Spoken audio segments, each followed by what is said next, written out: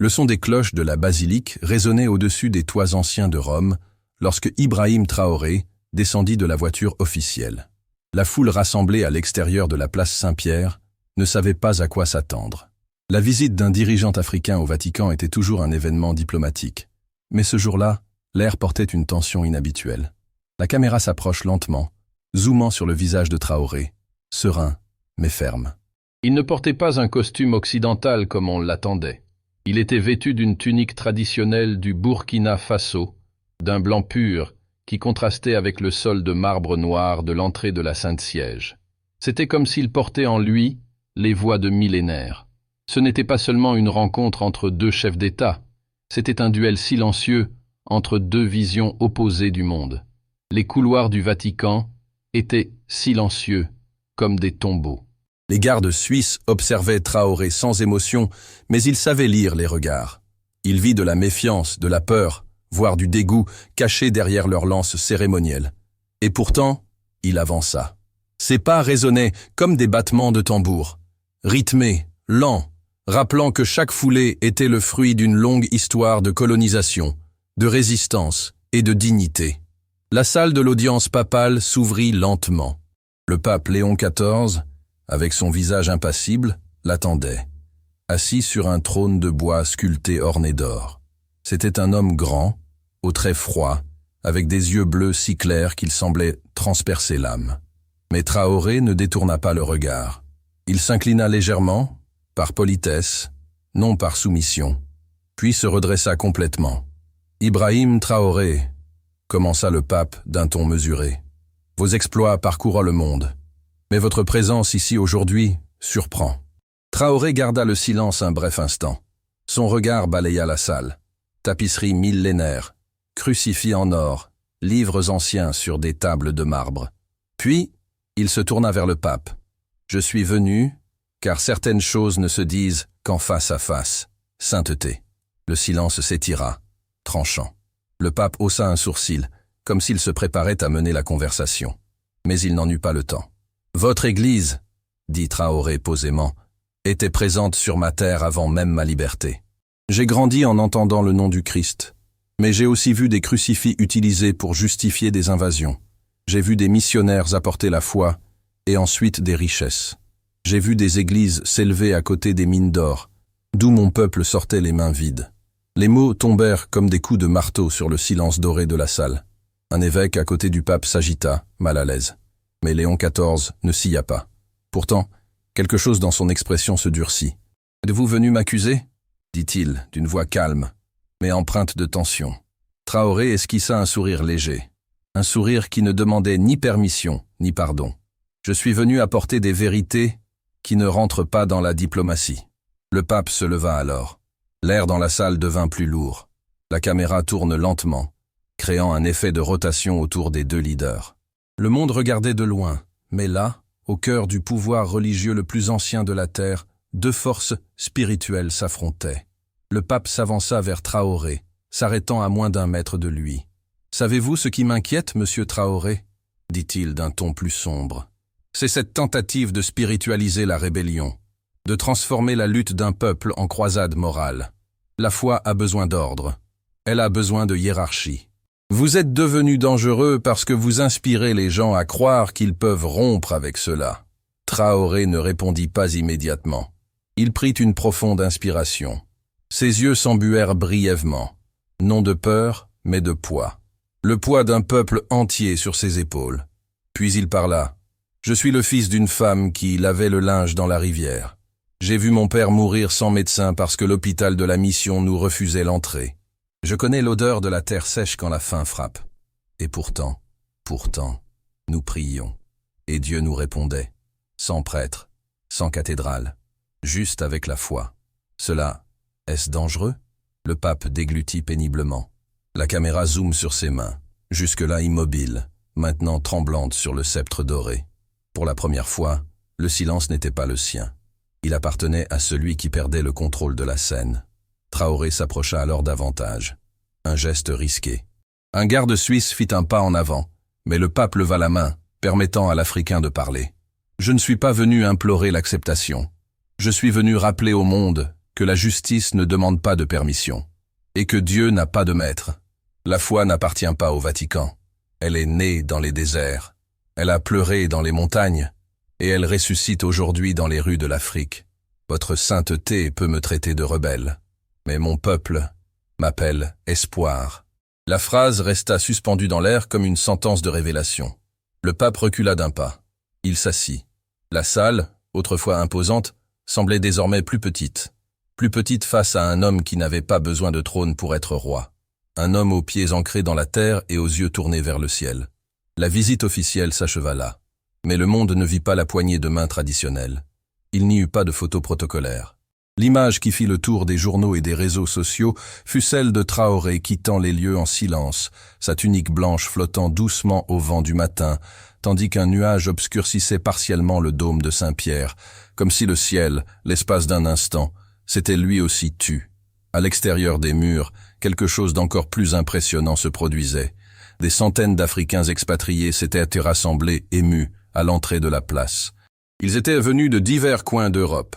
Certains tenaient des drapeaux du Burkina Faso, d'autres des pancartes avec des phrases comme « La justice et la foi en action » et « Traoré, notre prophète de la nouvelle génération ». Lorsqu'il apparut, il n'y eut pas de cri. Il y eut du silence. Un silence de respect, de révérence. Certains tombèrent à genoux, d'autres pleuraient ouvertement. C'était comme voir Moïse descendre de la montagne, non avec des tablettes, mais avec les yeux de celui qui a vu l'invisible, et en est revenu transformé. La vidéo de cette rencontre silencieuse entre Ibrahim Traoré et le pape Léon XIV fut diffusée par une seule chaîne indépendante africaine. Mais en moins de 48 heures, elle dépassa les 50 millions de vues. Pas de narration, pas de sous-titres, juste la séquence brute des regards, des gestes, de la tension spirituelle entre deux mondes. C'était comme assister à une bataille invisible, menée par des mots, des silences et la vérité. Sur le continent africain, des églises entières interrompirent leur liturgie pour projeter la vidéo. Dans les écoles et les universités, des jeunes se levaient pour applaudir le passage où Traoré disait « Dieu n'a pas de maître ». C'était comme si chaque Africain oubliait, l'espace d'un instant, le poids de la journée et ressentait de la fierté pour sa peau, sa langue, son histoire. Mais dans les couloirs du Vatican, l'ambiance était différente. Un archevêque espagnol nommé Varela, influent au Conseil de la doctrine, demanda au pape de publier une note de réponse théologique immédiate, condamnant l'arrogance doctrinale de Traoré. D'autres cardinaux, plus prudents, rappelèrent que la réaction publique était massive et que condamner ouvertement le président africain pourrait provoquer une crise diplomatique. Léon XIV, lui, resta silencieux. Il passait ses journées en prière recluse, ressassant les mots de cet homme qui ne s'était pas incliné, qui ne s'était pas excusé, qui avait parlé avec la voix de millions. Pendant ce temps, Traoré était retourné à Ouagadougou, mais quelque chose avait changé. Dans les semaines qui suivirent, sa présence fut sollicitée par des leaders religieux, non seulement musulmans ou protestants, mais aussi par des prêtres catholiques africains qui venaient discrètement dans son bureau. Il ne cherchait pas seulement une audience politique. Il cherchait du réconfort, une direction, une identité. L'un d'eux, un vieil homme courbé nommé Isidore, le fixa avec des yeux embués. Pendant de nombreuses années, je me suis agenouillé devant l'autel et pourtant, je me sentais petit en regardant vers Rome. Mais en vous voyant, j'ai enfin compris que Dieu parle aussi avec une voix africaine. La phrase résonna en Traoré comme un tonnerre sacré. Il resta silencieux, mais ensuite serra la main du prêtre. Il n'y avait plus de division entre le trône et l'autel. À cet instant, ils n'étaient que des fils du même père. Quelques jours plus tard, une invitation inattendue arriva au bureau présidentiel. Elle était signée du pape Léon XIV en personne. Dans celle-ci, le pontife demandait à Traoré d'envisager un retour au Vatican. Mais cette fois, pas pour une audience privée. L'invitation était pour participer à une session publique, dans la basilique Saint-Pierre, devant des leaders mondiaux, pour dialoguer sur la foi, la justice et la réconciliation. Le monde s'arrêta. La scène suivante semblait tirée d'un film prophétique. La nef centrale de la basilique, avec ses mosaïques dorées et ses colonnes imposantes, était bondée. Des représentants de 60 pays avaient accepté l'invitation. Mais les yeux du monde étaient rivés sur deux hommes, le pape Léon XIV, dans sa tenue blanche et son air pensif, et Ibrahim Traoré, une fois encore dans sa tunique africaine, cette fois bleu foncé, ornée de symboles traditionnels brodés d'or. Le silence planait, comme une coupole invisible sur tous, jusqu'à ce que le pape se lève et, à la stupéfaction générale, cède la chair à Traoré. Un geste que même les cardinaux les plus anciens n'avaient pas anticipé. C'était comme voir César offrir son trône à un paysan, et le paysan, l'acceptant sans arrogance. Traoré marcha jusqu'au centre de l'autel, observa les visages réunis et commença à parler. Sa voix était ferme, mais non agressive. C'était la voix d'un pasteur d'âme, pas d'un politicien, et ses mots étaient à la fois feu et baume. Je ne suis pas venu pour accuser, je suis venu pour rappeler. Rappeler que la croix n'a pas été faite pour suspendre de l'or, mais pour nous rappeler celui qui a saigné pour la justice. Rappeler que la foi naît dans la douleur, mais s'épanouit dans le pardon, et que le Christ qui a lavé les pieds ne portait pas de couronne d'or. Un cardinal italien essuya discrètement une larme. Un évêque du Congo s'agenouilla au bout du banc, et même le visage du pape sembla, l'espace d'un instant, plus humain. Quand j'étais enfant, continua Traoré, j'ai vu ma mère partager le peu que nous avions avec un missionnaire européen. Elle disait qu'il apportait la parole de Dieu, et il l'apportait vraiment. Mais en grandissant, j'ai réalisé que Dieu n'est pas venu d'Europe. Dieu était là tout le temps, à nos côtés. Quand ma mère priait dans sa langue ancestrale, Dieu entendait. Quand les tambours résonnaient dans la nuit, Dieu entendait. Quand les femmes dansaient autour du feu, pleurant leurs enfants perdus, Dieu entendait. L'émotion envahit l'espace. Pour la première fois en des siècles, la basilique Saint-Pierre semblait respirer une vérité non écrite dans les livres, mais gravée dans les cœurs. « Sainteté », dit Traoré, se tournant maintenant vers le pape. « Vous m'avez appelé ici pour parler de réconciliation. Mais la réconciliation commence par la vérité. Et la vérité, parfois, elle blesse. Mais elle guérit. C'est pourquoi je n'attends pas d'applaudissements. Je demande seulement que vous, et tous ceux ici, écoutiez, non pas avec vos oreilles, mais avec votre âme. » Léon XIV se leva. Il marcha jusqu'à la chaire. Tous retinrent leur souffle. Puis, à la stupeur générale, il s'agenouilla devant Traoré. Pas comme un acte politique, mais comme une confession silencieuse.